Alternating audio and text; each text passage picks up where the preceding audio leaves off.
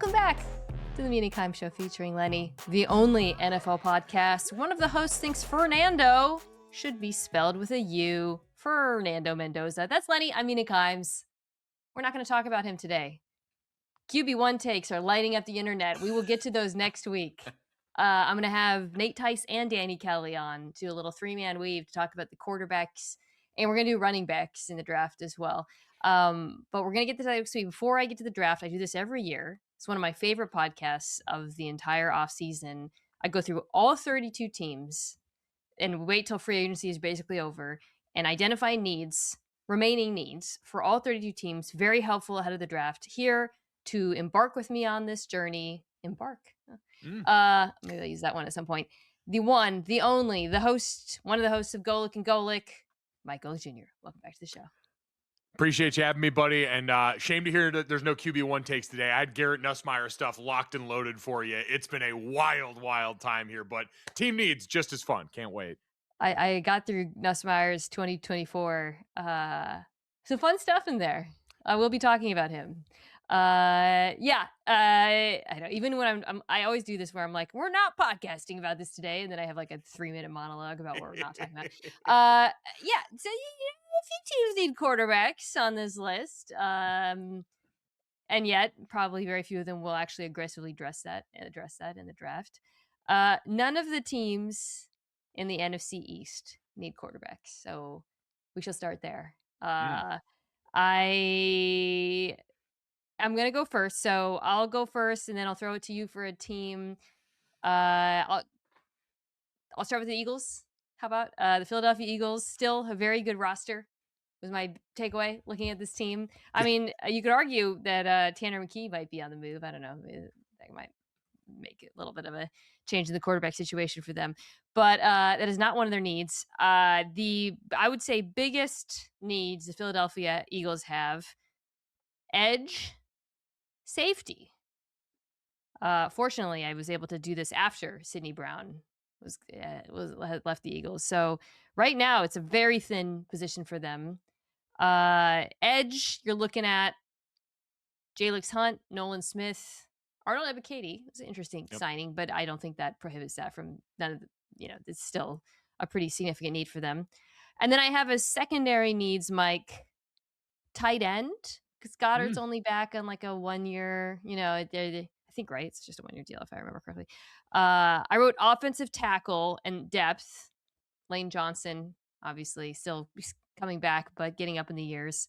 And then I wrote, if A.J. Brown is traded, wide receiver. So we'll see. Do you feel like I missed anything? Oh, then I wrote defensive tackle depth, but this is often the case with the Eagles because they're such a well-built team. You're talking about depth at multiple positions, but edge and safety are the two biggest needs, in my opinion. Do you think anything else rises to that level? No, I think those are the clear standouts. And like you said, with teams in this tax bracket, it's easy to look around and see a bunch of them maybe on closer planes in that second wave of them. But those ones are the two obvious ones. I think especially safety, given what Vic Fangio tends to ask of this defense, the important positions in that one. And then edge, just seeing how impactful Jalen Phillips was last year and now obviously departs in free agency. Those both standouts. The safety one plays right into my fan fiction that I've texted you about in the past of Dylan Thieneman, the safety out of Oregon, who, if he were to fall down there, I can just see Vic Fangio with the vein popping out of his head in the draft room, trying to get him another exciting white to replace Blankenship. It would be a little on the nose to replace him with Thieneman. Thieneman, I would say, a much better athlete, though. And it's not surprising, folks. I guess it was surprising how fast he ran exactly at the combine. I think it'll be interesting, right? Because I do think safety and tight end, if Kenyon Sadiq were to be available to them, would be alluring. Yeah. But the Eagles also just have such a tradition of continuing to draft in the trenches. So it might be a situation where you're looking at the bigger names, like if Sadiq is there, versus, maybe an edge, I don't know, like a Keldrick Falk or someone that is outside that top tier of edges, but is a more significant need. I'll throw one thing also out. I do think the Eagles should be on the phone with Minnesota about trying to trade for Jonathan Grenard. that seems like a dream fit for them. And my question would be just if I was Minnesota, I don't know if I would trade him with the Kyler Murray deal. You're kind of on a different, now you can actually compete, in my opinion. But that would be something, if they were able to do that ahead of the draft, that might change how they look at that first round pick, or maybe change some of the need there. And then you're a little more comfortable going tight end or safety if that's the case. Yep. No, I completely agree. That would be the, prototype Howie move that people, lose their mind about online if they were able to pull that off. I was amazed at how many of the early mocks for them, you mentioned, Philly loves drafting in the trenches. And while Lane Johnson's back, we know this offseason was about, them potentially losing not only him, but Landon Dickerson if those guys had weighed retirement. Like, I saw a bunch of like Maxi Honachor mocked to them late in the first round, which to me also is going to be really interesting to monitor for them going forward, because we are now in the, post era after the, movement on offensive line, losing one of the greatest offensive line coaches in modern football in Jeff Stoutland, and a guy who, if you'd have told me like a Maxi Honachor, a guy who's a little bit more of a project, was a late bloomer there, came there when you had Stoutland, I'd say, hell yes. Now, wandering into the unknown where you don't have one of the proven blue chip developers, I'd be a little bit more hesitant maybe about wading into those waters, given what we know about the modern game. It's so interesting. I'm so interested in seeing how they approach offensive line moving forward with that in mind. And you and I texted a bit about Max, because he caught my eye while I was watching David Bailey, the pass rusher, and I thought that his tape in that game was really impressive. And it would be like a bit of a luxury pick, right? Like, we don't need you to play immediately. And there's something very appealing about that if you are a team that's as good as Philadelphia's. But it'll be hard to turn down Sadiq. So, interesting decision. Where they're picking is really interesting. All right. Not a lot of needs there. I had a lot of needs for the Commanders. What did you have as the primary ones? To me, I looked right up top, and I went offensively. I went wide receiver. Like, after things went down last year, you've got Terry McLaurin, who's going to be 31 this year. And outside of that, Deebo Samuel and the rest of this offense really weren't able to give a lot of openings to Jaden Daniels, who obviously the bigger story with him last year was being compromised by injury. But I think now, as that offense changes shape again post Cliff Kingsbury, trying to pair him up with a young weapon who's going to be on a similar timeline to grow with him, I think paramount for him. Like, obviously they spent a lot of this offseason attacking defensive needs, which is unsurprising given who the head coach is and the pressure that was mounting on that side. But to me, I had, wide receiver, really offensive weapon with a bullet for that team. Yeah, wide receiver was my first one. And then I wrote edge, corner, safety. Yeah. Even with Owe and Chase on, which are actually additions I both really liked, you're still, I would say, you should still be seriously considering edge at 7.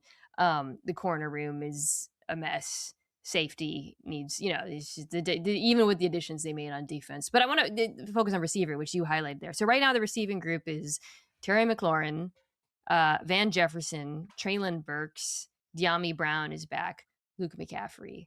Yeah.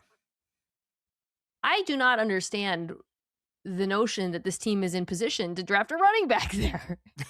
I know I'm going to say that a million times between now and the draft, but that was actually, there was some of the reporting today. I saw Adam Schefter, I think on Pat McAfee's show, talk about how he actually thinks the Titans are not a love team, or the Giants, I think, but he mentioned the Commanders as a possibility. I think their backs are good. Bill Krosky, Merritt, and Rachaad White, that's a nice duo. And I just, like, your two biggest needs, in my opinion, are receiver, edge, and I would throw in corner. 3 incredibly expensive positions, at which I actually think 7 is kind of perfect. Like, at 7, you're going to get either the best receiver or one of the 3 edges or the best corner. Like, get your pick. Yeah. So I just think their needs line up well with where they're picking. And if I were them, I would be very inclined towards addressing one of those needs at that point in the draft. It's been really funny to watch the game of Jeremiah Love hot potato that we've done on mocks throughout the early portion of this season, and how you're right. Like, we've had this wax and wane of conversations around positional value and what can usurp that, and the kinds of backs that are worth the level of investment that you're likely going to get with Jeremiah Love in the first round. But I do also think, and you brought it up here, there needs to be a level of honesty overall with these teams on where they are at and if you are capable of bringing a guy like that. And don't get me wrong, like, would it be tantalizing to think about a backfield that does have Jaden Daniels and Jeremiah Love in it and all the versatility that affords you in the short area against defenses, in the run game with what Jeremiah can do as a receiver? Sure. But to your point, with the savings that you get, drafting a first rounder at some of those more premium positions with what this team needs, I'm kind of with you. I love Jeremiah, but I also think at some point you've got to be a little bit more realistic, and Washington's probably one of those teams. Tate would also, Carnell Tate, the Ohio State receiver, would be such a great pairing with Terry McLaurin, right? Because the question, so Tate's, my number one receiver, and I think next week is QBs, running backs. Week after, I'll do receivers, tight ends. I think there's reasonable questions about whether he's like your true prototypical X receiver. Does he have the physicality, the downfield speed, etc.? I think at minimum, he is an excellent 1B. I love him as is the to McLaurin's X. The smoothness, the route running, the hands, and he is a downfield threat just in a different way, but like that would be such a good pairing for Jaden Daniels. So I would be much more inclined to go receiver there, and that's without even getting to the edges. But yeah, sorry, I promise this won't turn into like this team should not take Jeremiah Love, but we just are talking about teams that are picking there, and that was in the news today, so it was on my mind. Yeah. Well, I am curious about your thoughts on him and another NFC East team, so we won't be done talking about him here, which is good. That team is not Dallas. Jerry, put the phone down. Thank God, right? Honestly, Dallas doesn't get enough credit for doing like quiet, smart things, like just bringing Javonte Williams back on like a totally reasonable deal so that they're not desperate for a back. It's, as much grief as we give this franchise for some of the other silly things they do, dragging things out, that's not one of them. So I was, looking at this team, I think unsurprisingly, it's very defense skewed versus offense. I wrote edge, linebacker, corner as the three biggest needs. So they did trade for Rashawn Gary. You're looking at Rashawn Gary, Donovan Ezeraku, Sam Williams, James Houston. I still would continue to add speed, would be something I'd like to add there.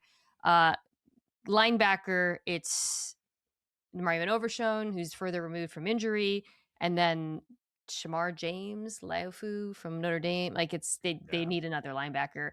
Corner room right now, it's Deron Bland, Sharon Rivera Jr., I think I'm saying it right, who played some last year, started the year injured. And then they did sign Kobe Durant. So it's not an emergency situation, and then I have a secondary need, safety, and then receiver ? If depending on the future of Pickens. But to go back to edge, linebacker, corner, I think at 12 and 20, you're really not wrong going defense with both of those picks. And I think there'll be some interesting names. It increasingly looks like Styles might not be there at 12, which was kind of the dream. But I think there'll be interesting names at all three of those positions at that point in the draft. No, completely agree. Like this cornerback class, which you has looked like the one most often mocked to them at 12. Like I see a lot of Jermon McCoy from Tennessee, who I know you are certainly a big fan of. So yeah, it's defense all the way through there.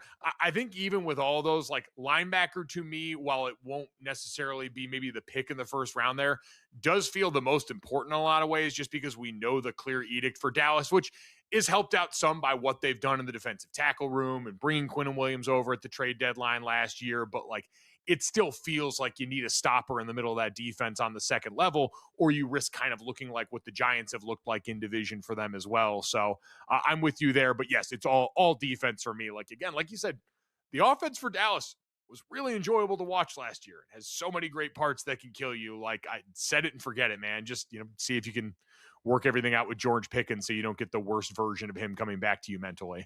It was wise of them to just run it back offensively, right? Like they're just like, oh, let's bring back Pickens and Williams, and because it was obviously the top 5 offense when those guys, when the fully armed battle station was working. The defense needs a lot of work. Yeah, it's a shame with Styles because ahead of the combine, like I really was like, that's perfect. Like could not be better player fit, need, situation, all of it. But that's one where I'm kind of believing the hype about. I don't think he drops out of the top 10 right now. Maybe I'm not, but and then you look at a bunch of teams we're going to be discussing, you know, he could fit in a lot of situations, including the final team in the NFC Yes. East. What do you have as needs for the New York Giants? Well, started off, and one we've seen talked about a lot. Linebacker, obviously, massive need for them there. You've seen Styles mock to them a lot in that spot. I also wrote down wide receiver because Yeah. outside of Malik Neighbors, who's coming back off injury, really not a lot to write home about there. Like Darius Slayton on his best day, still not what you're looking for there. And then guard as well. This is a team that offensive Mhm. line wise, you're good. You still need help on here. You know what Andrew Thomas has developed into over time is great. The rest of that group has struggled. 26th in quarterback pressure percentage allowed last year, and protecting your Mhm. young quarterback always a pretty good deal. But I'd say linebacker or wide receiver probably the ones that stand out first, and work back from there. Yeah, same that I had. I also mentioned corner, Yeah, and then I guess we could can talk about Love here. I have running back as a secondary need along with safety because this has been mentioned as a downs team too sure. potentially. But to me, the needs you mentioned far outweigh running back, and this feels like one of those situations where if you dropped a running back into it without improving either the offensive line or the receiving group, you're just recreating the situation we've seen play time and time again. I mean, interior offensive line is not good. And the Thomas is great. Illuminor they brought back because he brought Yeah, at least competent tackle play on the outside. But on the inside, you're looking at uh Runyon Schmitz and Kubis. And let me ask you this, because you know these offensive linemen, the guards, and it really well in the draft. Do you think pick 5 is too early to improve at that position? Because it's also early for linebacker. You could argue it's early for the receivers as even right. though like so it's not like an obvious perfect, marriage at pick 5 of need and fit. So do you think like we think about it outside of receiver, guard, linebacker, those aren't super high value positions, although, guards do make a lot of money now. So do you think Sure. it's too early to take a guard is what I'm asking. I don't think so, Or linebacker. especially because when you're talking about the top end of this draft, like I forget what comedian is that always does the bit about there's no such thing as a broken escalator. They're just temporarily stairs. Like there's a bunch of guys we've talked about, even, Spencer Fano, Francis Mauigoa at the top of this, who could start their career at guard in the right circumstance. And this could be one, like you mentioned, Illuminor, he comes back and they sign him there. But if you're building towards the future and you say, all right, one of these guys is at worst for us a high level guard and has that flexibility and then can move out and tackle in a pinch or could be our long-term Yeah. plan in that spot there. Like those guys have both been talked about with that kind of flexibility, even though I think they both can play tackle in the NFL. But valuing a quality offensive lineman at that spot, to me, no, given how highly I think of those players, wouldn't be too early, even if I have really not seen anyone kind of predict that for them yet. I think it's also like with many of these teams, it's a dream trade down, but who's trading up? Sure. That's always the question. Because it would be ideal for them to trade down and I think add some draft capital to address those needs. All right, AFC East. Got to pick up the pace here. As always, I take too long at the very beginning. Um, I shall go first, and I will do the Buffalo Bills first. Team that's been pretty active in free agency, trading for DJ Moore, signing Bradley Chubb. So I still have edge as a major need for them, even with the signing of Yes. Chubb. And then I just wrote secondary because right now your corner room, Hairston or Benford's your TB1, D. Alford, Taron Johnson's gone. Obviously, he struggled a little bit last year. I'm not Yeah. saying it's him. I'm just saying safeties, Cole Bishop, but then I guess they signed CJ Gardner Johnson. You're looking at Franklin Jr. To me, the entire secondary continues. They need to add to, and then I would just really love to see some speed at edge on this team. And then I have secondary needs linebacker, guard, perpetually receiver. But to me, the defense is where I would focus.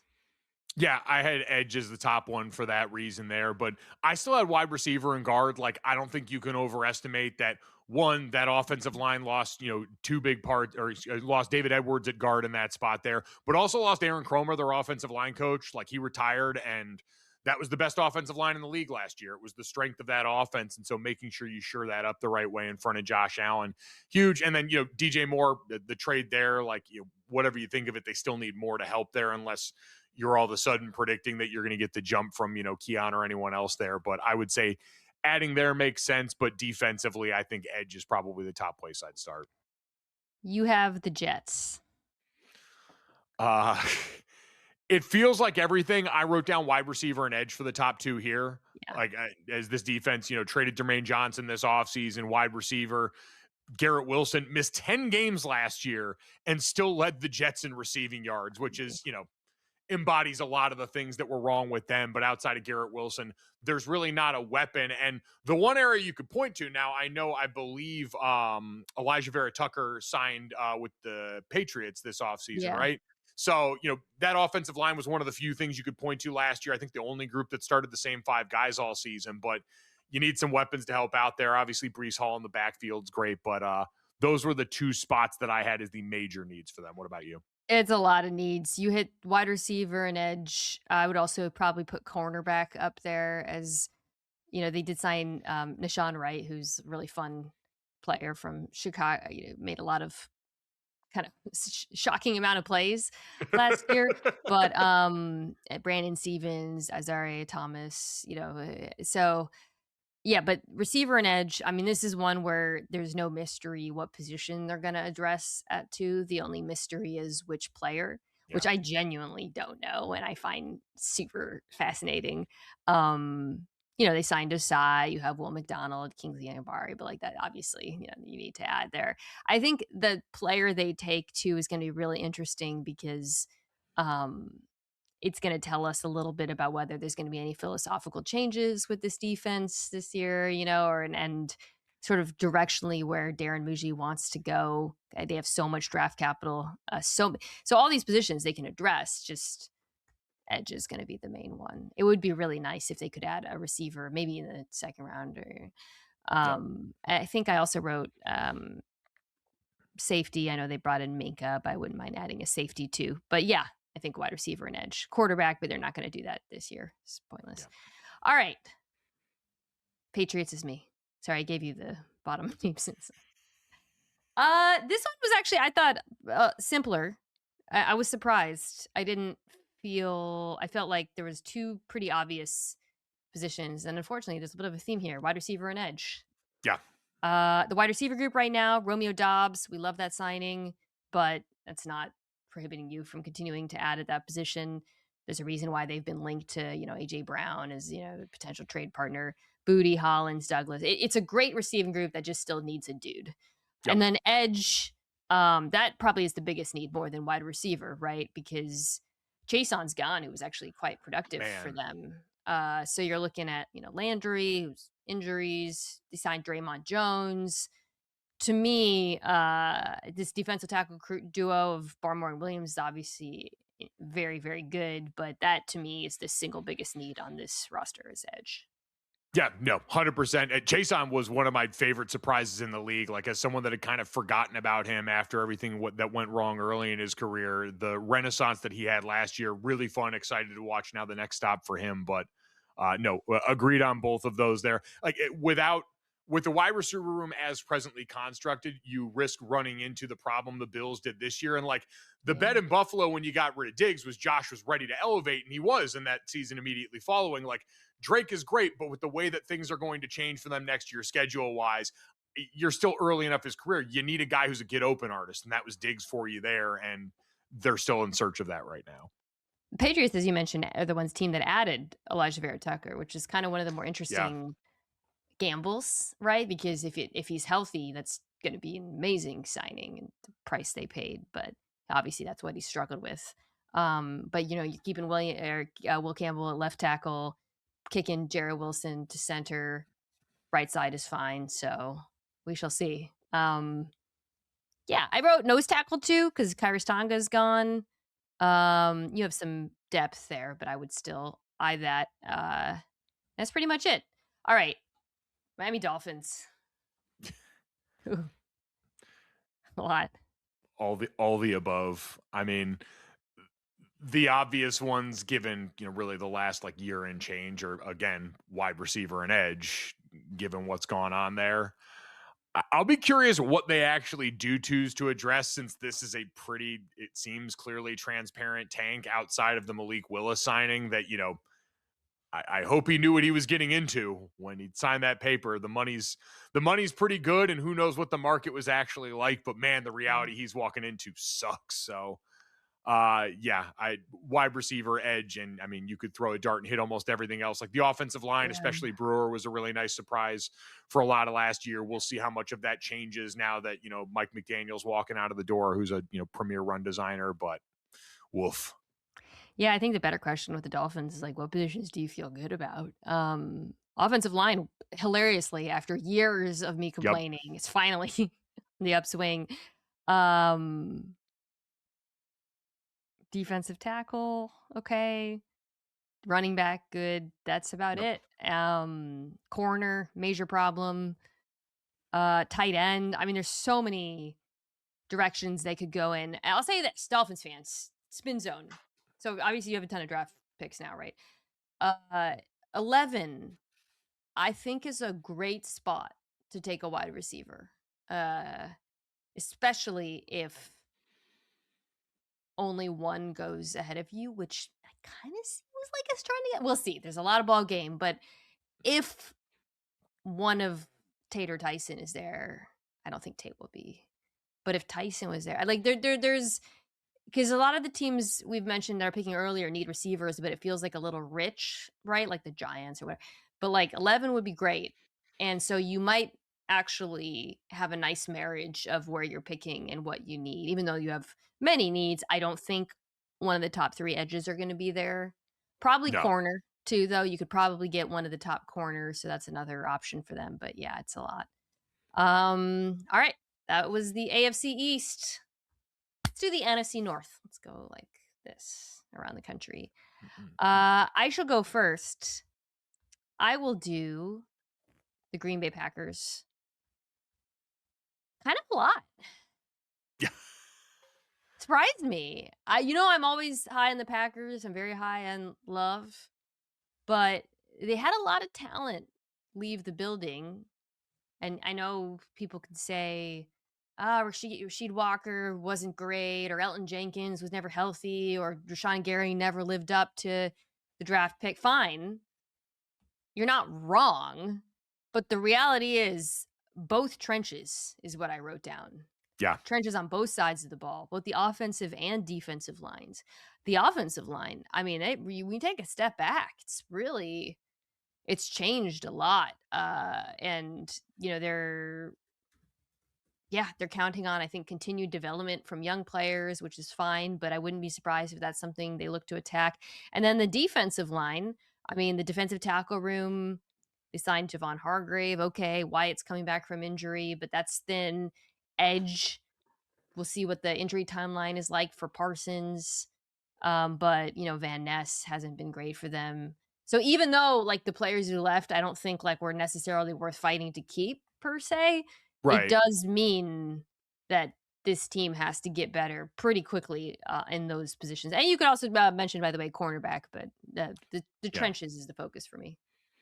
Nope, I'd agree. I did write down corner for what it's worth, but trenches, and really, you're getting Micah back off injury. Obviously, he made life so much easier for everyone there. Rashawn Gary was a huge beneficiary, but with any of these edge guys, you'd like to, I mean, that'll be a theme for a couple other teams too. Like, you'd like to give them someone opposite there that can offer them a little bit of relief on that front. But the offensive line one's always interesting for me. Like, Green Bay has felt like a team that just sort of drafts Swiss Army knives and feels like they can move around wherever they want to go. And they've put capital into that position, like, top 3 round capital, and a bunch of these guys, they paid Banks a bunch of money, and obviously results may vary on that, but that much change for a contender who also lost their defensive coordinator is going to have to deal with that churn. is just kind of an interesting gamble at this juncture, considering the opportunity they've got in the North right now. Lions, you. Lions, top of the list for me was left tackle. Like, we talked about, I think you and I maybe even, and I forget if this was the team draft podcast or whatever, but like the cracks in the foundation started to show up going into last year for the offensive line. So much was focused on the interior of that group, and a lot of that, worry ended up being justified in the middle of the year. But now with it official and them and Decker parting ways, like, I looked at that group and was like, all right, you've got to get back to that being your thing and try and find the long-term replacement there.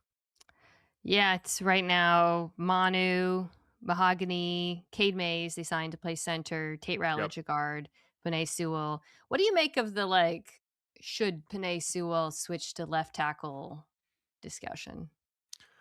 I think Tristan Wirfs gave a lot of people unrealistic expectations for how easy that is. Like, Panay's always been a guy too that is an elite player, but is, I think by most people kind of viewed as a better run blocker than pass protector on the highest end of that conversation. But at the same time, he's such a compelling athlete at that position.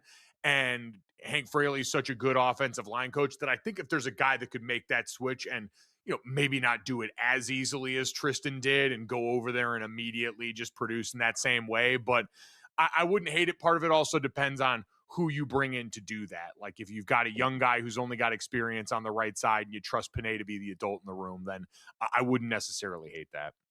The other thing with the Lions and the offensive line is your quarterback, we know, with good pass protection, as good as anyone. But without, we also know, and I know Lions fans get upset about this. This is not. It's an acknowledgement of. I know.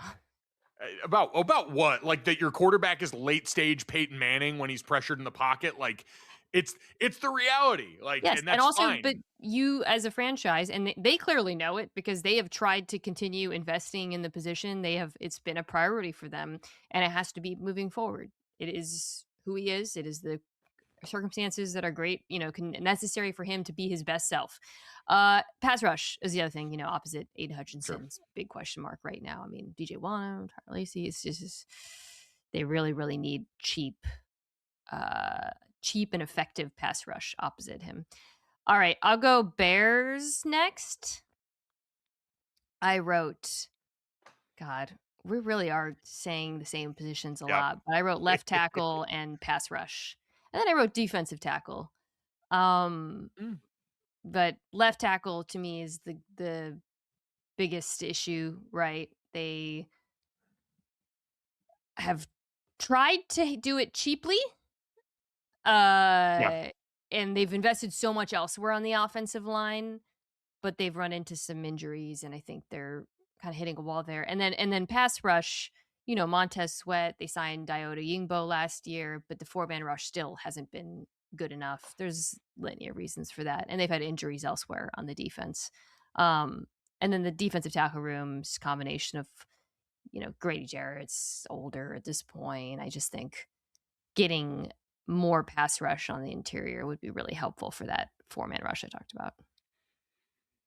Nope, completely agree. I mean, you look again at the help needed there last year. Sweat, 10 sacks, and I think Jervon Dexter was the next closest. So I know they were defensive tackle, yeah. And they were super high in him, like going into camp last year. That staff thinks that he's got a lot of juice. But yeah, no, I'm totally with you on that front there. The Bears are an easy one to pencil in for that because they did so much of the dirty work on the other side last year. And they're going to desperately need it because that turnover luck is going to regress hard, and they're going to need a defense that's a little more up to it. They did sign Garrett Bradbury to play center just after the surprise retirement of Drew Dahlman. I think that position is too a little bit protected, right, in the offense by the guards that they have as well. But yeah, I just think left tackle is something, either left tackle or edge is what I would address early in the draft. All right, rounding things out with the Vikings. What do you got? I went D-line and safety for this group here. Releasing a lot of guys to try and ease some of the cap issues. Hargrave, Jonathan Allen. We talked about Grenard and what may or may not happen with that in the near future. And then, Harrison Smith, still a free agent. We're not sure if he's going to retire or not at this point. But either way, that defense that, has been one of the strengths of this team in so many ways. Obviously, needs a bunch of help in some key areas that make it all hum for B-Flow. Yeah, which is kind of interesting because we've been getting pass rush, left tackle, receiver. So it was kind of funny to get to the Vikings and realize actually they're a little bit unique. I think a lot of Yeah, yeah, like I actually think receiver they're fine, offensive line they're fine. They just had some injuries. Um, Pass rush, it depends on whether or not they move on from Grenard if they were to actually trade yeah. him. I get, it depends on how they feel about Dallas Turner and his development. But if they keep Grenard, I don't think that's a big issue. Safety, yeah. I mean, safety and cornerback generally. I wrote secondary. Is Sure. kind of the endless. How much is the cornerback or the secondary or the cornerback room? Pardon me, protected by Flores in the scheme. Um, he's done a good job of working around it, but this does feel, I mean, you're looking at a group, this Murphy Jr., who's the guy who got paid, Pierre, Isaiah Rogers feels like something that they could perpetually address. Uh, they, to me, would be a really fun Jeremiah Love team, but they're not. Ooh. Yeah. Yeah, it's I mean, they brought back Aaron Jones, on a restructured sure. contract. I actually think Jordan Mason was kind of nice for them. But we talked about it last week. Like this, there's no reason why this run game can't be better than it has been with Kyler Murray as the quarterback. So I'll add also defensive tackle. So Yeah. really, it is amazing when you look at the defensive depth chart how good the defense has been. And again, it's like a testament to Brian Flores because you don't like. There's actually a lot of areas they could address on defensively, and it's kind of remarkable that they were a top 5 unit last year. It's, I mean, the most unique, like, it's weird to even call it luck, but the fact that Brian Flores occupies one of the most unique situations in the NFL with like the lawsuit and everything that surrounded his tenure, that they just keep lucking, in Minnesota's terms, lucking into getting him back as the defensive coordinator every year when that guy in an equal world would absolutely have another head coaching opportunity right now. All right, AFC North. I'll go first. I'm gonna do the Steelers first, All right. and this is why. This roster's really good. I think. Like I look taking a step back and like especially doing this as an exercise where you go team by team, and some of these teams you're like naming 20 positions, and you're talking about really expensive positions like edge and receiver, or whatever. The Steelers are kind of stacked. Like I was, I guess, surprised by how few needs I identified looking at it. I mean, you could argue wide receiver 3, I guess, Yeah. cornerback depth, perhaps, given, Dean's had some injuries and whatnot, and another running back, sure. But the reality is, they really only have one glaring need in my mind. And unfortunately, it's the most important position in football Yes. because otherwise, talking, of course, about guard, no, quarterback. Uh, because otherwise, like I see an improving young offensive line. I see a defensive line that's a mix of young and old. They've hit on picks. The secondary is improved. Like, am I wrong to look at this depth chart and feel that it's like a lot better than maybe I expected? No, I don't think so. Again, that was all the stuff that I had was like, again, outside of starting quarterback, but it was like guard, like maybe another tight end, just because we know the kink of that offense more often than not, but that, or what did at least. But yeah, no, it's a lot of guys that you trust to go be grown-ups at that spot, and especially up on the front seven on defense. Like we saw last year, the way that edge group stepped up when you had TJ Watt banged up, like Yeah. it's a really impressive bunch. Yeah, I guess just keep adding to the offensive line tackle, getting some options, especially given who's most likely going to be playing quarterback there. It's really important. But yeah, I guess that's why it's kind of perpetually like I wanted them to be a Malik Willis team or a Kyler team just because of the potential upside here because I do feel that this roster is in good shape. So I remember you and I talked about the Steelers. I think it was you and I talked about the Steelers and Malik Willis as a potential interesting fit when he was coming out of the draft back in the day. So I thought it would have been a nice bit of fan fiction there, but alas. okay, you have the Ravens. All right, the Ravens, I wrote down um still edge, like someone to prepare with Trey Hendrickson on the other side there, since I think we've all talked ad nauseum about Trey Hendrickson and the comparison contrast with Max Crosby in terms of the run game stuff. Interior offensive line, like this is a group that Huge. obviously lost, one of the best centers and certainly the best in terms of how he was paid in Tyler Linderbaum, but Faalele and Voorhees have both struggled at different times. I wrote down wide receiver in that room, still needing like a true, they're a team where I saw Jordan Tyson mock to them in some early drafts, and I thought mana from freaking heaven for Lamar Jackson and company. And then this is another team I wrote down interior defensive line, like Nnamdi Madubuike, and the next situation is scary stuff for a guy that was, a really Yeah. important player for them. So Yeah, if he's, I wrote question because they're kind of talking about him like he's going to come.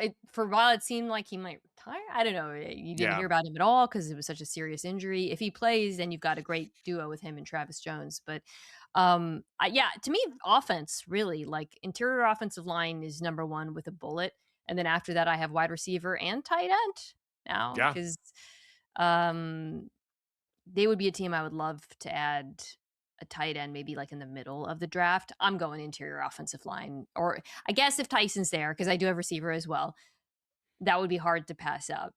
But this offensive line could be scary hours if they don't improve things on the inside. Right now, I mean, they did sign John Simpson, yeah, like but it's otherwise Voorhees and Bullock. Um, The one I thing I will say for them, and this isn't a total cop out, they this offseason pulled in one of my favorite O-line coaches in the NFL, and Dwayne Ledford, who was with okay. the Falcons for a whole bunch of years across, I think, a couple different regimes. And going back to his college days, he was the O-line coach at MC State when Mekhi Becton was there and had his big coming out party his junior year. He is, for my money, like maybe the best pure outside zone coach in the NFL. And so we'll see if they let him kind of major in that with that group. It's a scheme that can cover up for some of your issues at times, just based on what it affords you. But they're one of the teams, like I always kind of like paying attention to where the good offensive line coaches sign. And he's one where, all right, if you sold me on them taking a guy that needed a little bit of seasoning there, I trust him as a name to try and help get that group right to go along with the tackle tandem that they have there. But that's one I wanted to make sure to point out to keep an eye on. Some depth to cornerback to linebacker. I wrote, Yep. running back to, but yeah, I think you hit on the major needs. All right, Bengals. I'll do the Bengals. I just wrote front seven. Yep. uh, Sold. defensive tackle, edge, linebacker. Any of those three positions, top 10 in the draft, I'd be happy with. Obviously, offense is stacked outside of like a guard, I guess. Yep. But you can even safety is a secondary need, but really anything you can do to improve the front seven. They added Boye Mafe, we've talked about, but otherwise, so Miles Murphy, Shamar Stewart opposite him on the inside. Jonathan Allen doesn't really do much for me at this point. Your linebacker group is Knight, who showed some as a blitzer. I mean, God, if Sonny Styles was available here, this is why I'm like looking at the Cowboys. I'm like, he's not getting past 10. Yeah. But if Bain or one of the three edges are there, I think it'll be interesting. Interesting for Cincinnati will be if all of those edges are gone. If Styles is gone, is it too high to take like a Peter Woods type, perhaps? Yeah. But front seven is pretty clear. To me, for them, like Ruben Bain's the dream there. I think just because, like you mentioned with Boye and Mafe being there, like I think you need an attitude guy in that front seven. It's just been a group that's been so often pushed around, and I'm cloaked in the recency bias of watching him at his pro day and just, getting Ruben reminded Bain. of, oh, I thought the rep of him in coverage. that was He moves so well for someone his size. And I'll tell you what, man, if you got him and Mafe as your, at minimum, the run defense jumps. And Yep. then I think there's, obviously upside, both rushing the passer. But yeah, you better be, all the Ty Simpson QB1 height, the Bengals got to be pushing just, anything you can do. Love going before us, Simpson going before Yep. us, both receivers, if they can get any of those or any of the Ohio State defenders to fall to them, I would say you Yeah. can't. All right, final team in the AFC North is yours, the Cleveland Browns.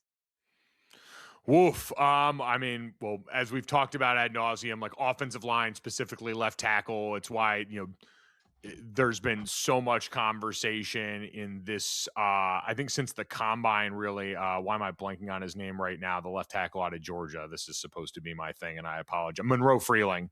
Oh, yeah. Been so much conversation there just because he's seen as like the pure left tackle. I have questions, but offensive line, quarterback, wide receiver, an edge opposite Myles Garrett, nickel, like might even be a little bit further down the list, but yeah, it's offensive line overwhelmingly. Like you've obviously gone and signed a bunch of these guys. Like I have questions about, how good some of the signings are.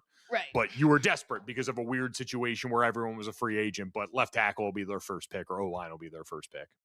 Yeah. Offensive line and receiver. If you're going to skip on quarterback this year, and it seems like they're going to, God bless them, get your stuff together for next year so that whoever the quarterback is next year is walking into a superior situation than the one this season. Right now, your receiver room is Judy, Tillman, Bond. Like you said, the left tackle. I mean, the offensive line generally. Yes, they've added a bunch of veterans, but you hit on Fan and Junior, which is great. You're good at back. The receiving group is, to me, they seem like this is why I don't see Tate falling, out of the top 10 at all, because I just feel like they're not going to pass on him if he's there. Unless they're like one offensive lineman. True. Part of this stat I'm about to read is emblematic of like the offensive line quarterback situation. We're all FUBAR, but Harold Fannin led the team in receiving yards and had 22 more receptions than the next closest receiver on that team. Like, as the Harold Fannin Jr. dynasty manager, woo! I love it. And I hope they don't draft a receiver. Just draft an offensive lineman and let my boy cook. But they should take a receiver. Or, they just focus on offense. All right, let's take a quick break, and we're going to start the second half of this pod in the NFC West with a team that has basically no needs. Guess who it is? All right, we're back. I gave you some time to think. Did you guess which team I'm talking about as having basically no needs? It feels too obvious to say the Card. No, I'm just kidding. Guess we're going to start with the defending champs. No, they've got more needs than the Rams, I think. Huh. The Rams do have needs. I'm exaggerating. Sure, but they were busy enough in the offseason at the one that we all knew to where you can, I guess, understand that, yes, we're talking about more garnishes than main dishes that 100%. this team really needs. So receiver, right? Adams, Nakua, but then you've got Whittington, Mumfield. Certainly something that they could add. By the way, JSN getting paid before Nakua. Nakua is going to make an outrageous amount of money. Tight end is another thing. They drafted one last year pretty high, Ferguson, but they're one to keep an eye on as Sadiq watch, I would say, especially with Higbee getting up there. And then I wrote, so wide receiver was one, tight end, I guess. I wrote offensive tackle depth. Yes. They have starting tackles. Havison retired, but he wasn't. It was McClendon, and Eric Jackson's been pretty good for them, but just depth. And then quarterback. But it's obviously that's a future need. I guess linebacker is something, they paid Nate Landman, but they could add there. But the biggest, most glaring need on this team was corner, and they addressed it incredibly aggressively this offseason, which makes it fun because it means they could do some spicy offense stuff early in the draft. Completely agree. And I'm with you. Like all of those are justified, but to me, the tackle depth is the most important just because, again, while he's not Jared Goff, like we saw in some instances last year where that offensive line Yeah. got beat up and things got really hard for Stafford. So I just want to make sure, given who he is as a quarterback, given the fact that he is still older, and while the back stuff got put behind the scenes early, like you can't rule out injury at his big age. So I want him clean as often as possible and making sure, like anything else, like you get to go and spend on luxury goods right now when you're a team that's gone and done the hard work already this offseason. Get yourself a nice other big boy to flip around there at swing tackle and call it a day. What would be the most fun receiver to throw in if they were to take a receiver in the first round? Oh, God, with this offense. So to go along with Puka and Devontae, Thing who is, else? 13 is basically assuming Tate's gone. Yeah. You probably have your pick. We'll see. Well, could be 2 receivers gone if the Dolphins go receiver and the Browns. So maybe you're looking at that next tier there. If you're looking at that next group of like Lemon, Yeah. Boston, all that group there, I mean, that could be an interesting Makai Lemon spot. Is Now, he I too don't duplicative? Do you think that would? that Yeah. that might be my only concern there. Like, Yeah. but I'm All trying right. to think of the rest of that group. After the first 2 guys, I kind of lose interest. I gave you the Cardinals. How much time do you have?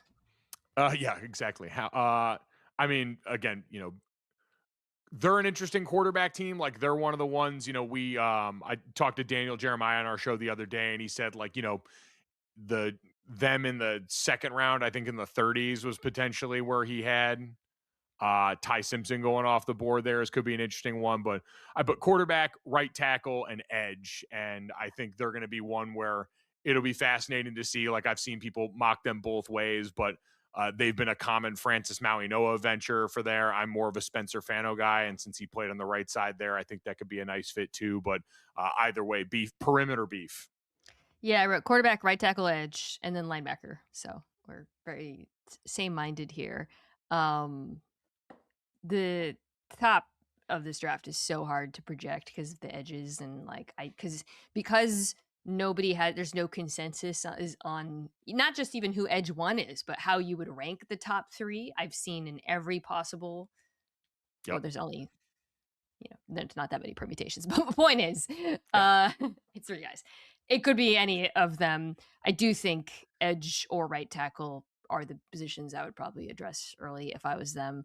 And the tackle thing is interesting because it's similar. I would say it's a similar logic to the Browns, where if you're thinking about next year and setting up your quarterback for success, Yes. I do think it's something you have to consider.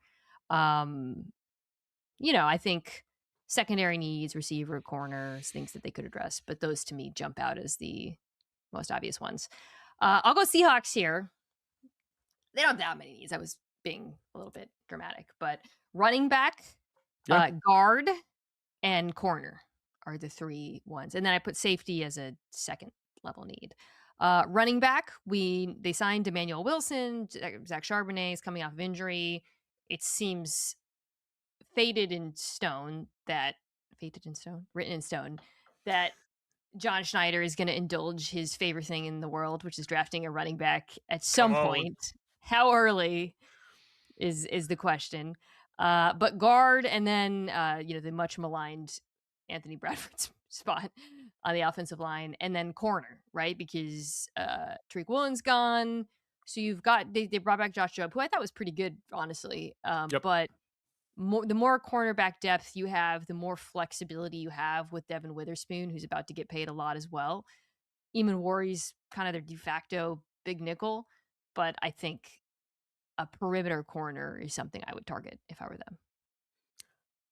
I'm very interested to see if they're the team because, again, knowing the proclivities of John Schneider, Jadarian Price going to be sitting there at the end of the first round. And the one thing we do know about this year's class is the drop off from RB2 to RB3 is so steep. I'm just saying, running back's a need, and you could get the second best one with 5th year control and be good to go here. I think he's better than Zach Charbonnet. I think he could come in and easily be your RB1. Again, I'm the Notre Dame homer guy, but He's a good player. I think he's a good player. And again, this to me is just about it gets so like usually there's running backs in a million different, like think about the draft last year. We had running backs like they were going on a style in a million rounds. You got it at a need, and that position goes off a cliff after that. So Or you take Jonah Coleman and cater to the hometown crowd and later in the draft, 4th round. Come on. Yeah, it's definitely a possibility for them. Not one that I would do. Okay, San Francisco, wrap it up. yes, I went edge, Nick Bosa and Mike Williams both coming off ACLs. Yeah. Wide receiver, you brought in Mike Evans and Christian Kirk, but still need to add more there. Obviously Ricky Pearsall and that group coming back healthy. But safety then was the other one that I wrote down there. Still got some good players, but losing Jason Pinnock this offseason, adding, you could stand to add a little bit there as well. Yeah, a lot of the positions are like kind of contingent on how you feel about guys coming back or situations, shall we say. Like, is Trent Williams going to be the Niners left tackle next year? That's like because absent of that, the team's in good shape. I mean, I agree with all of your needs. I would say they could add a corner as well, another tight end, to succeed, Sure. Kittle, all that. But it's still assuming people come back and look good. If Bosa comes back and we know Warner, so yeah, you feel good. But if you take Williams out, the whole thing kind of gets real shaky real quick, particularly the offensive line. Which makes me think this is kind of like a Walter, like he knows he has leverage, and Trent Williams has never been one to shy away from using his leverage. So we'll see. Yeah, so I think the Niners are an odd team to me because it's like a lot of it depends on self-scouting and their own perception of the state of the roster and the players, and it's kind of hard to know. And it's also one of the things where like the draft might tell us a little bit, right? Like if they go after edge, maybe they're a little bit, maybe they didn't like love everything they saw from Michael, or maybe they think Bosa needs time. We'll learn a little bit about it. All right, AFC West. I shall go first, and I will start with a very stacked team, the Denver Broncos. Linebacker, tight end. To me, you could upgrade there. Defensive tackle, perhaps, with Franklin Myers gone. What else? That's really about it. Like I only put tight end near the top of that, just knowing like Sean Payton's proclivity for that like joker role that people thought Evan Ingram might occupy. And, last year wasn't maybe everything that people wanted in that spot, but it's just the one place that you feel like at this point they could probably stand to upgrade a bit. But no, that's about it. Like this should be another year of a really strong Broncos team. How crazy! Like if your primary team is linebacker and tight end, you've got a good roster. Like how many we've all been talking about these teams were like wide receiver, corner, edge. They could also use a quarterback, like the Broncos linebacker.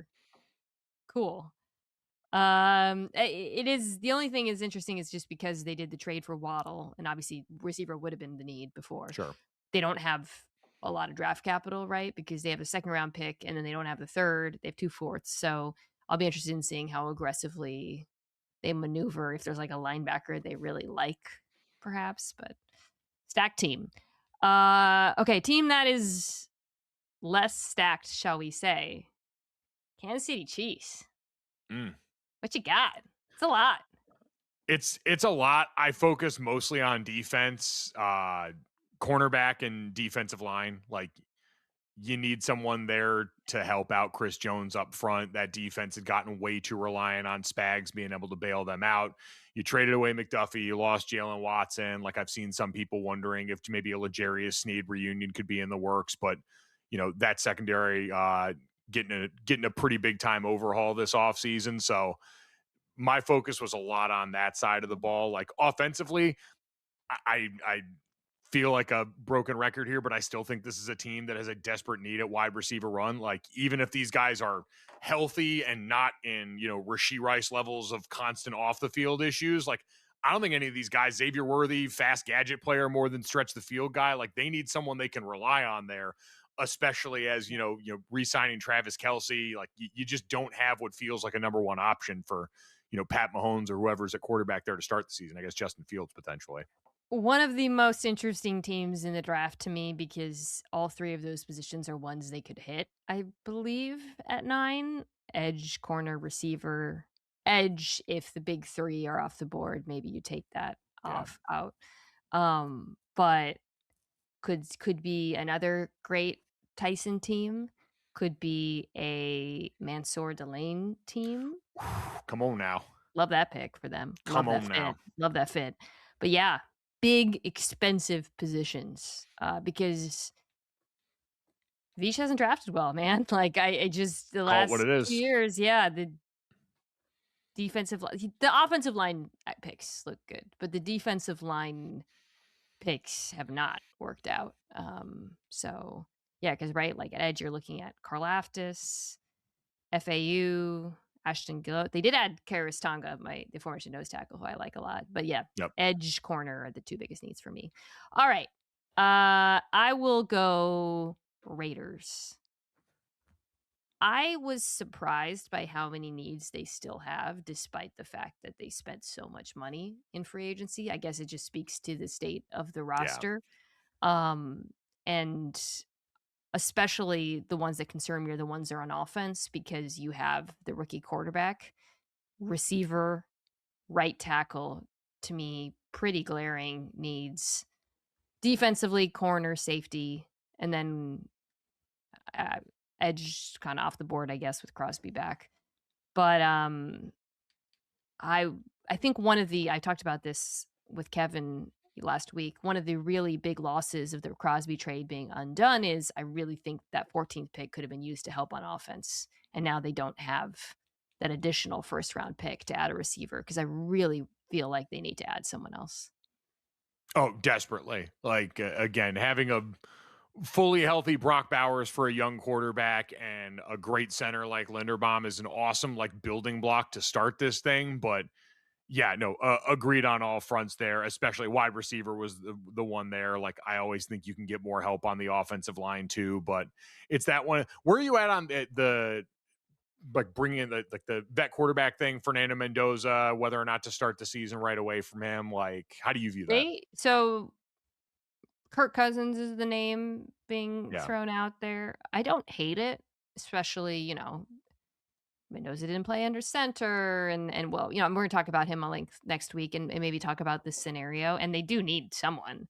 Um, to me, like it is though kind of also a reflection of like the state of the offense generally. Like I want to see that the offensive line is coming together and I want to feel a little bit better about this receiving group before you're throwing in Mendoza. Um, so yeah, the quarterback too is obviously another need that they have to address. Chargers is you. Yes. Interior offensive line. Please God. Like, I know they brought Cole Strange over. I know they signed Tyler Biadasz, but like I still think there's more work to do. You saw what a tire fire that looked like last season. I get so many people pointing to the tackle injury, but man, it was deeper than that. Like that group desperately needs some help there. I also think like cornerback potentially on the defensive front, giving some like added boost there, like uh for them, like you're a little bit older, JTT, like obviously big season pop last year, but getting him a little bit of help there would all be things on my to-do list for them. Yeah, he brought back Khalil Mack. Trade Yeah. for away. He's gone.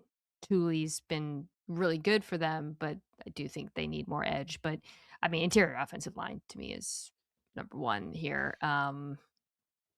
Yeah, Slater, Penning, Biotish, Strange, Alt. If you want to be this ground and pound team and you added the fullback and you brought in the blocking tight end and that's Right. all great. But if you don't address the guard position, I feel like it could all be for naught. Um, yeah, they could add another receiver for sure. It's a little bit secondary. They could add another tight end, but I think interior offensive line is, and that's the 22. It's funny because they're another team I've seen mentioned as a Sadiq team, and Chargers fans, I got some pushback for that because they love Gadsden, but Gadsden's a very different style of Right. tight end, and Kohler is a blocker, and maybe it makes it a little less likely. I think what makes it less likely is the obvious need on the offensive line. All right. By the way, Tuli's who I mentioned when I mistakenly said JTT. So Oh, yeah, right. apologies to the listener, but that J- was, you corrected it. JTT is the third, right? He's there, probably there. Oh no, what team is JTT on? I forget. I just confused my like last names that tongue twisted me Colts. enough to where I We're gonna usually, get to yes. them. All right. Uh, NFC South. Let's do that one next. Boom. I'll go Bucks. First of all, shout out to a legend, Levante David, retiring today. One of the best to ever do it, in my opinion. All-timer. Linebacker. His name here. An edge. Otherwise, I still feel pretty damn good about this roster. I gotta say, I was looking at, obviously things fell apart last year and there was injuries throughout, but even with Mike Evans gone, the receiving group is still in decent shape. You could add there. You brought back Kate Otten. The offensive line is great. They signed Kenneth Gainwell, so I think offensively, I still feel pretty good. You could add players, but I'm very much prioritizing the front seven. I feel like edge has been need for this team now since the Super Bowl run. Yaya Diaby is a good player. They brought Sure. in Al-Qadim Muhammad, who was good in Detroit, but this is, to me, continues to be something they need more from, is that four-man rush. It's just not been good enough. And then linebacker, they signed Alex Anzalone. Dennis was not great. Would be another. I'll stop saying this would be a dream Sunny Styles team. They're picking way too late, but at 15. But yeah, front seven for me. Yeah, 20th in pressure rate when not blitzing last year. So this team desperately needs some juice off the edge that they're not getting right now. So full cosign on both of those there. That was what I had, was edge and linebacker, and that was before the Levante David news became, crystallized, but we kind of figured it was maybe going that way. Saints are a fun one. Yeah, for the Saints. I started it off with wide receiver, like before anything else, Yeah. especially now that, you feel like you got something at quarterback with Shuck. Olave can go out there and get it done. You've invested a bunch of, recent draft capital in your offensive line, most recently with Kelvin Banks. Like, go get him someone else to throw to there. Go try and figure out another weapon for that offense and, call it a day for that. So that, to me, top of the list there. Like, obviously, this was a team early on before the offseason started that was one of like the first two rumored Jeremiah Love landing spots in that 8-9 spot with Kansas City, but goes out there and signs Travis Achan, who we now learn how to pronounce his name the right way because of that. So shout out to him. Congrats to the young man for doing that. But I started out with there. What else did you have? Wide receiver is the pretty obvious one here. Olave is awesome and I think that was obviously a career where I wasn't sure, is the concussion, whatever. Yeah. So I think having him kind of reestablished as your wide receiver one is great. But behind him, Tipton, Vele, Jalen Polk, Bub Means, you need another wide receiver. And really, you could take any style, honestly, to pair with Olave. I think there's kind of a few different skill sets that are still missing in this group. But offensive line, I think, they were the ones that signed David Edwards from Buffalo to a pretty big contract. But, now that when I step back and I look at the group, I feel pretty decent about them. You mentioned running back. So, yeah, I feel like it's in a nice spot, where, because you feel good about giving the quarterback another year and seeing what you got in him, you can start just trying to improve the circumstances around him. And then defensively, I mean, I've talked about this. This was defense that really actually quietly improved a lot last year and was actually above average by the end of the season. There's some, I think they could add a corner opposite Kool-Aid McKinstry. Edge, although, I mean, Chase Young's been good for them, Granderson, and then they actually brought back Caden Ellis, which was kind of a sneaky under the radar signing. So that's going to help your blitz package. So, I feel decent about, maybe you could add a corner, but I feel pretty good about where things are trending. And if you're a Saints fan, that's pretty nice to I mean, Crazy. yeah, I think it finally feels like things are trending in the right direction. Cap's starting to get cleaned up. It is though, like, I'm looking at some of these teams, there's a zillion needs. I actually feel like they're starting to kind of figure out who their young core is. So I think another great receiver, another corner would be nice, but you feel good about that. Um, all right. Receiver was the pretty clear one for them.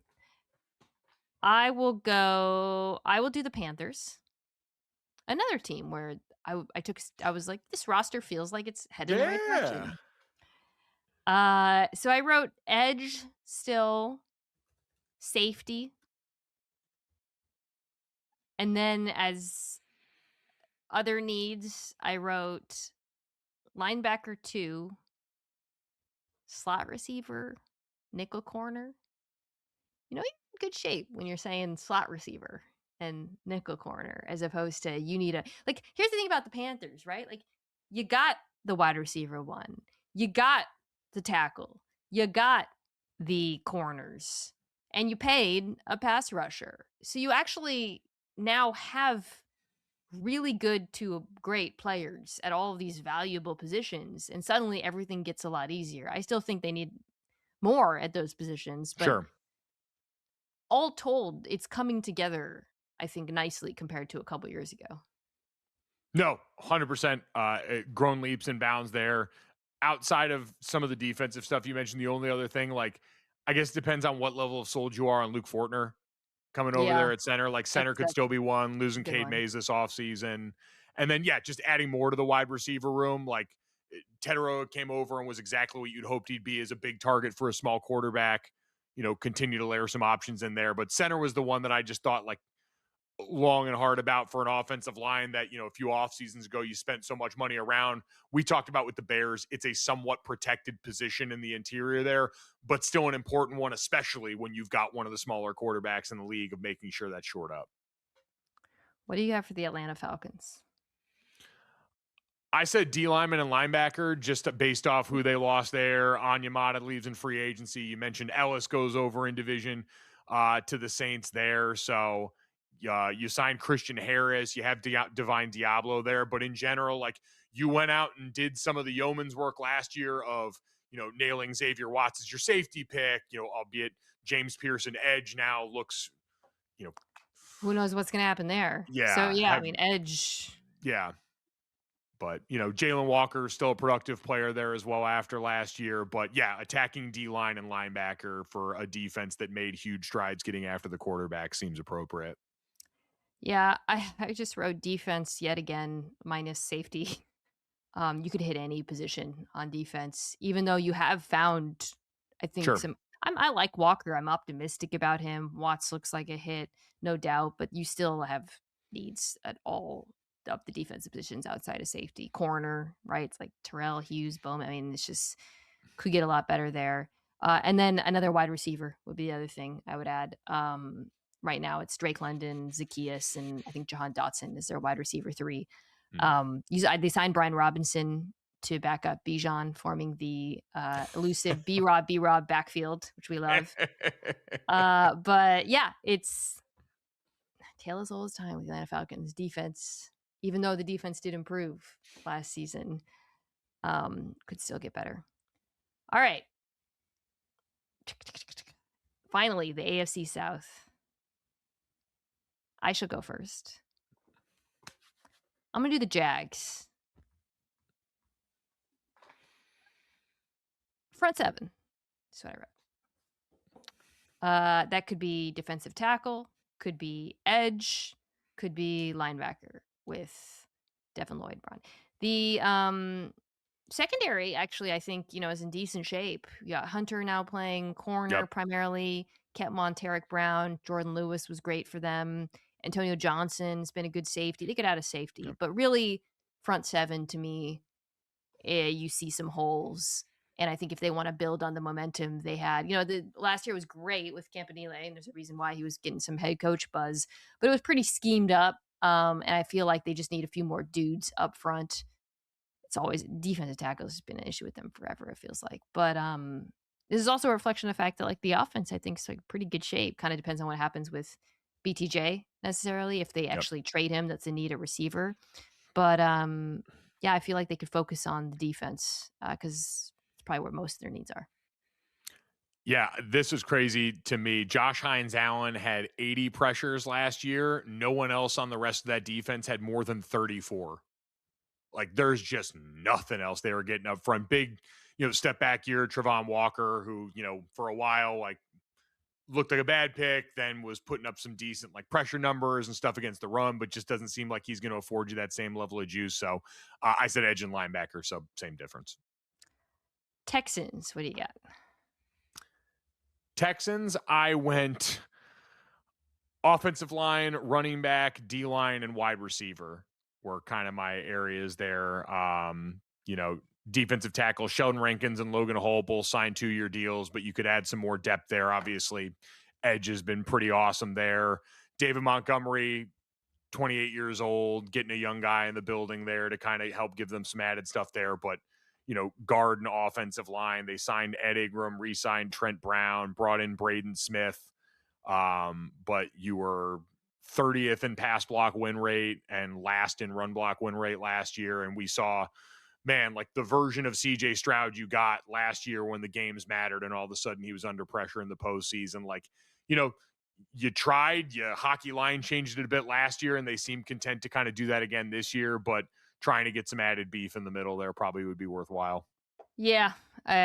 Interior offensive line, I had written down, I did like they brought back Ingram, who had a good year. Braden Smith gives you at least competent tackle play, but still an area that they could address.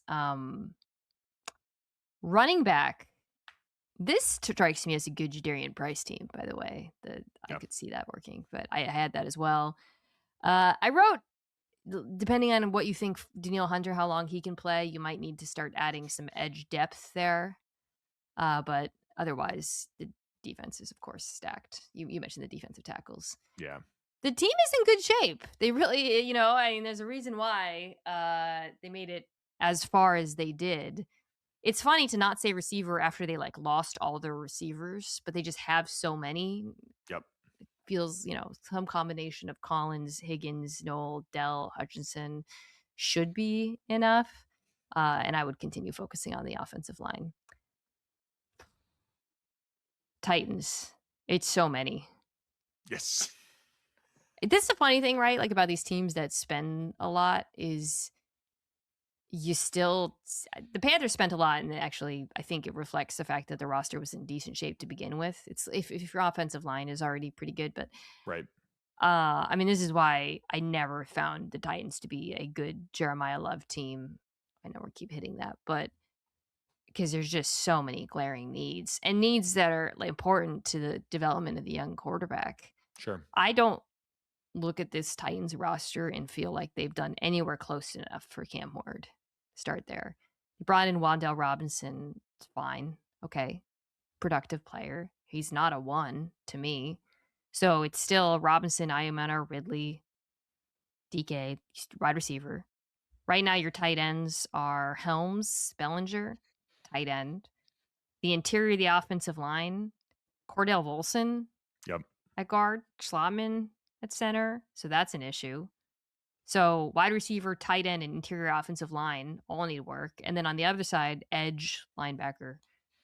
This is not a team that can start running back at 4 to me. It's crazy. I think the only thing that's going to be tricky for them is where they're picking. Either you take an edge or you probably want to trade down. But wide receiver, tight end, and interior offensive line are all so important right now. Yep, I would agree, and I know trading for Jermaine Johnson is great, and there's familiarity with Saleh, but if you get the guy you like from that 3 that you think could work well in this, it's you'd be hard pressed not to do that. But for my money, the ideal world would be, let's put it this way: if they could trade back and be in position for the guard out of Penn State, whose name I always butcher. And now I'm so sensitive about saying these guys' names wrong. How do you say it? I think it's Venga Ione. Ione? Ioane? Ioane, sorry. Yes, I listened to Daniel right? Jeremiah say that the other day. It's Venga Ioane, yes. Ioane, okay, yeah. So either way, if you're in need, like true need, and to your point, if you look at what the Patriots did so well last year for Drake, it was saying, hey, like I understand how the season ended, but with Will Campbell, like attitude adjustment, played well the first half of the season before the injury. I thought like go get him a mauler on the inside. This dude is my favorite offensive lineman in this class. Full Really? stop. Like he's not as athletically gifted as some of these other guys, but he is so what I want in a first round offensive lineman, which is to plug him in right away, feel like there are no technical issues I have to worry about. He's big enough to anchor and stop a bull rush. I think he is an elite pass protector in terms of like hands, feet, keeps his head out of stuff. Like I found myself very smitten with him. And so if you are them and you could trade back, get something and still be in range to take him, since he'll be probably the only interior, true interior guy. We talked about some of these guys have some flexibility. People talk about like he'd be one that I would love to have on my roster because I think you put him in right away and you're clear for the next decade. Colts are our final team. Who you got?